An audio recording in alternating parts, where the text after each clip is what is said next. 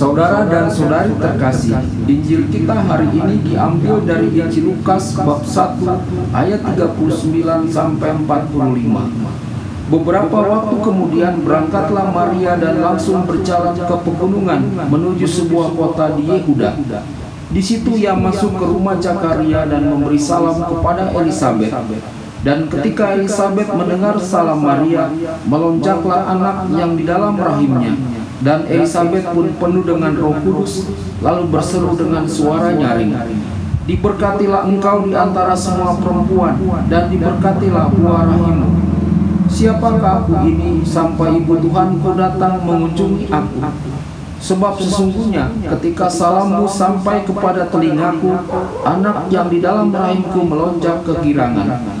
Dan berbahagialah ia yang telah percaya, sebab apa yang dikatakan kepadanya dari Tuhan akan terlaksana.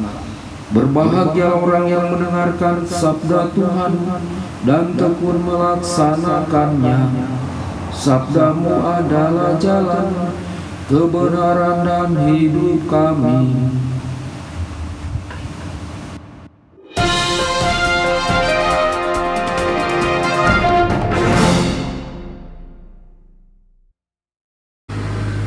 Saudara dan saudari terkasih dimanapun Anda berada, jumpa lagi dengan saya Romo Tedens dalam saluran Warta Kabar Sukacita.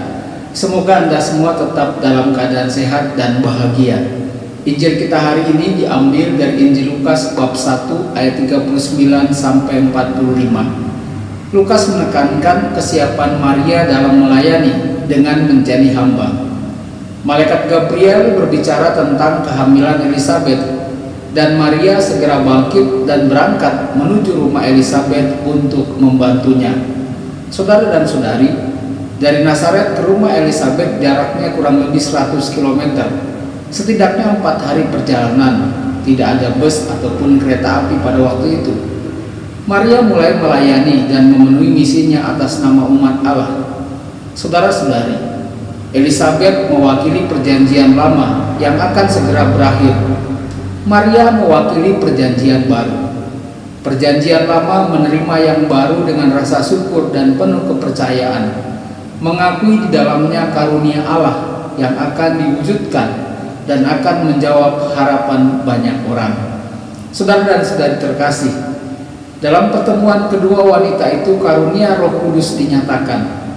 Anak yang ada dalam rahim Elisabet meloncat dengan penuh sukacita. Kabar baik Allah menyingkapkan kehadirannya dalam hal-hal yang paling umum dalam kehidupan manusia. Dua ibu rumah tangga yang saling menolong satu dengan yang lain. Saudara dan saudari terkasih, Elisabet mengatakan kepada Maria, "Diberkatilah engkau di antara wanita, dan diberkatilah buah rahimmu." Sampai hari ini kata-kata ini merupakan bagian dari doa yang paling didoakan di seluruh dunia, doa salam Maria. Dan berbahagialah dia yang telah percaya bahwa janji yang dibuat kepadanya oleh Tuhan akan digenapi.